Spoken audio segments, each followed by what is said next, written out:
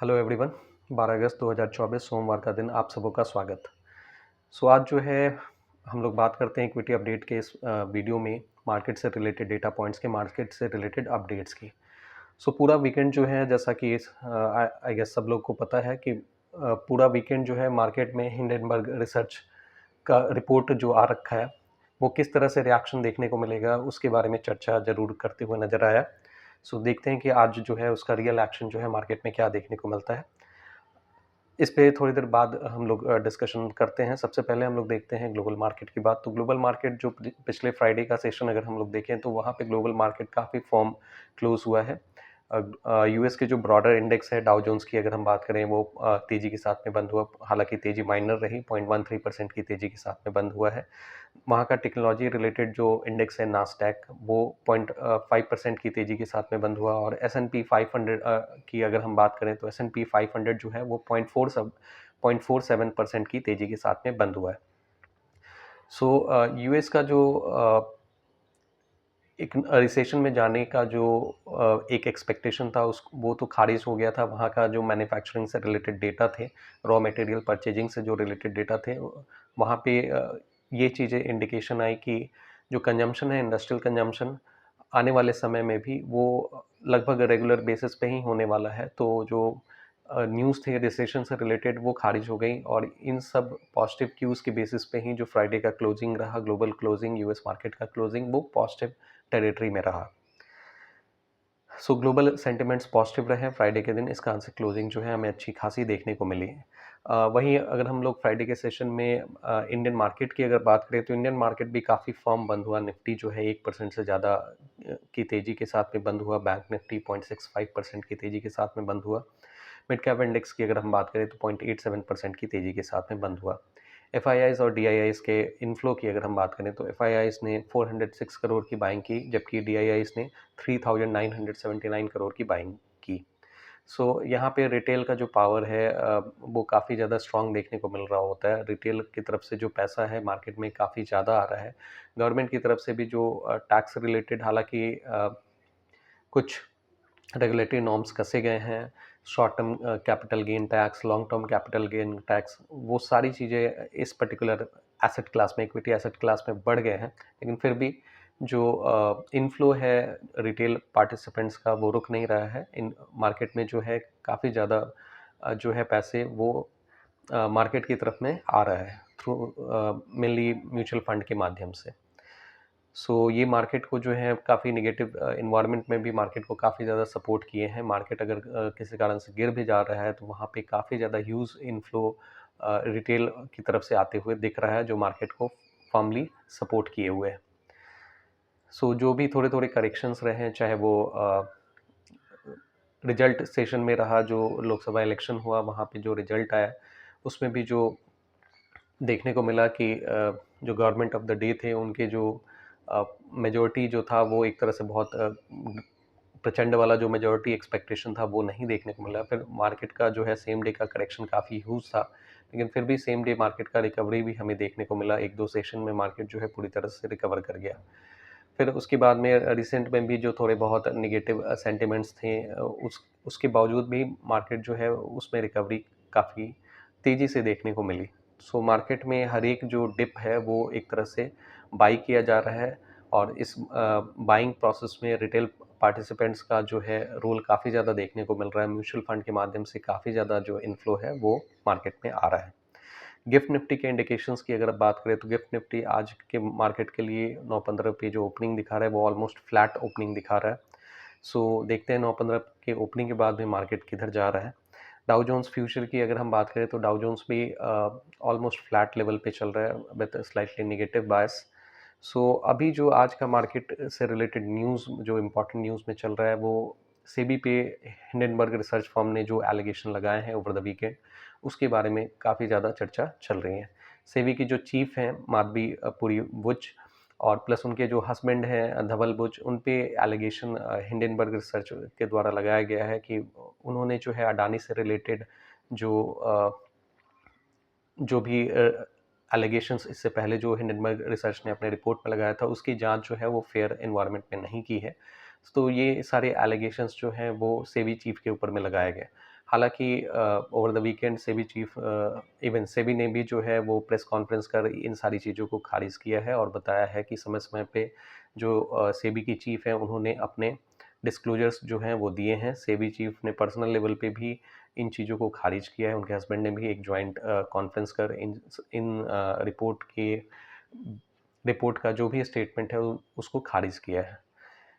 So actually एक उम्मीद यही लगाई जा रही थी कि अगर ये रिपोर्ट जो है ये मार्केट डे में अगर आता तो नी जर्क रिएक्शन देखने को मिल सकता था, लेकिन चूंकि वीकेंड पे ये रिपोर्ट पब्लिश किया गया है, सो एक उम्मीद यही है कि मार्केट का रिएक्शन जो है वो उतना ज़्यादा पैनिक वाला शायद ना रहे, क्योंकि बहुत ज़्यादा जो है इससे रिलेटेड जो है वो न्यूज़ आ गए हैं, क्लैरिफिकेशन भी आ गए हैं। सो देखते हैं कि आज का मार्केट का पे इसका इम्पैक्ट कितना देखने को मिल रहा है। हालांकि इन न्यूज़ से रिलेटेड अगर आप देखें तो पॉलिटिकल गलियारों में भी बहुत ज़्यादा उथल-पुथल देखने को मिल रहा है। कांग्रेस की तरफ से जो अपोजिशन पार्टी है उनकी तरफ से जेपीसी की डिमांड की गई है, जॉइंट पार्लियामेंट्री कमेटी की डिमांड की गई है। इस पे सर्च करने के लिए इससे रिलेटेड डिटेल्ड बेसिकली जांच के लिए जॉइंट पार्लियामेंट्री कमेटी की मांग की गई है। सो देखते हैं कि ये पूरा जो प्रकरण है वो किस तरह से आगे बढ़ता है और इसमें क्या-क्या डेवलपमेंट हमें देखने को मिलते हैं। फॉर दैट मैटर अभी की अगर हम बात करें तो अभी सेबी ने अपना जो है एक्सप्लेनेशन दे दिया है। सेबी ने ये बताया है कि सेबी चीफ जो हैं वो फॉल्ट पे नहीं हैं, उन्होंने कोई डिफ़ॉल्ट नहीं किया है, उन्होंने समय-समय पर अपने सारे जो डिस्क्लोजर्स हैं वो देते रहे हैं। सेबी चीफ जो है माधवी पुरीबुच, ये एक तरह से पहली इस तरह से सेबी चीफ के तौर पे हैं जो एक तरह से एक तो एक्स बैंकर हैं, जो मार्केट से रिलेटेड सेंटिमेंट्स को शायद बेटर समझती हैं। जबकि इससे पहले जितने भी सेबी के चीफ रहे हैं नॉर्मली वो ब्यूरोक्रेट्स वगैरह रहे हैं, वो एडमिनिस्ट्रेशन के सेटअप से आए हुए थे, लेकिन ये जो हैं ये बैंकर रही हैं और इन सब फॉर्म्स के रिगार्डिंग या इक्विटी मार्केट को बेहतर वे में समझने की उम्मीद इनसे की जा सकती है। तो ये सारी चीज़ें हैं। सो देखते हैं कि ओवरऑल किस तरह इस न्यूज़ को मार्केट जो है वो ले रहा है। हालांकि एक चीज़ तो क्लियर है कि अगर ये न्यूज़ जो होता, ये अगर मार्केट डे में अगर आता या सोमवार के दिन अगर ये न्यूज़ आती तो नीजर रिएक्शन देखने को मिल सकता था। मार्केट को रिएक्शन देने में और इन सब चीज़ों को एक एक होता है ना कि फायर फाइटिंग करने में कुछ ना कुछ समय ज़रूर लगता है और उस बीच तक इमीडिएट जो डैमेज होना होता वो ऑलरेडी हो चुका होता। लेकिन चूंकि वीकेंड के टाइम पे ये आया है, लोगों को अपनी एक्सप्लेनेशन देने के बेटर चांसेस मिले हैं। सो इन सब एक्सप्लेनेशंस के बाद में शायद जो इफ़ेक्ट मार्केट पे होना चाहिए थे वो शायद उतना स्ट्रॉन्ग वे में देखने को ना मिले। लेकिन फिर भी देखते हैं कि 9-15 पे मार्केट का किस तरह से प्ले होता है। हिंडनबर्ग रिसर्च ने एक डिस्क्लेमर अपने रिपोर्ट में ये भी दिया है कि वो जो है वो अपने शॉर्ट पोजीशंस को अडानी में फिर से मेंटेन करके बैठे हुए हैं।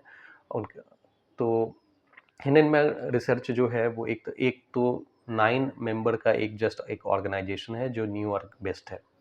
और ये एक तरह से इतना खतरनाक वे में इनका काम देखने को मिलता है कि एक तो ये इनका काम है कि ये बहुत सारा रिसर्च जो है वो अपना कंपाइल करके रखते हैं और ये जो है मेनली शॉर्ट करके जो है, अब जैसे किसी कंपनी के बारे में ये रिसर्च कर रहे हैं, उनको जहाँ पे लगता है कि वहाँ पे फाउल प्ले चल रहा है उससे रिलेटेड ये डिटेल्ड रिपोर्ट बनाते हैं और जब ये रिपोर्ट जो प्रिपेयर होता है फिर उसको वो पब्लिश करते हैं।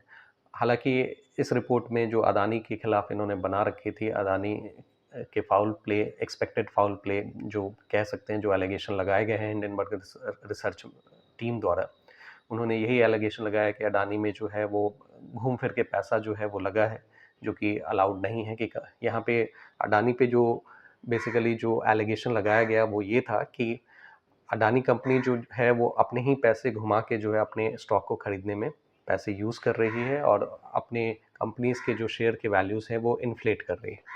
तो ये एलिगेशन हिंडनबर्ग रिसर्च का एक सिंपल लैंग्वेज में अगर देखें तो ये एलिगेशन लगाया गया था और इसकी जांच जो है सेबी से कराने की सेबी को करने के लिए दिया गया और सेबी जांच ठीक से नहीं कर रही है, ये एक नया एलिगेशन जो है हिंडनबर्ग रिसर्च रिपोर्ट ने लगाया है। अब देखते हैं कि आज के मार्केट में ओवरऑल कैसा सेंटिमेंट देखने को मिलता है। इसके अलावा कुछ दूसरी न्यूज़ में देखें तो मिडल ईस्ट में अभी भी जो है वॉर रिलेटेड प्रिपरेशन चल रहे हैं। इजराइल जो है वो बहुत सारी चीज़ें जो है इमरजेंसी सिचुएशन के हिसाब से पाइल अप करके रख रहा है। फ्यूल हो गए, फूड आइटम हो गए, ये सारी चीज़ों को जो है वो प्रिपेयर करके रख रहा है। तो मिडल ईस्ट में जो जियोपॉलिटिकल टेंशन है वो पूरी तरह से नॉर्मल नहीं हुआ है, अभी भी वो सारी चीज़ें हैं। फेड का जो रेट कट है वो जो सितंबर में एक्सपेक्टेड है, जुलाई एंड में अगर आप देखें तो इनका जो रेट है, पॉलिसी रेट 5.25 से 5.5% के रेंज में इन्होंने मेंटेन किया है।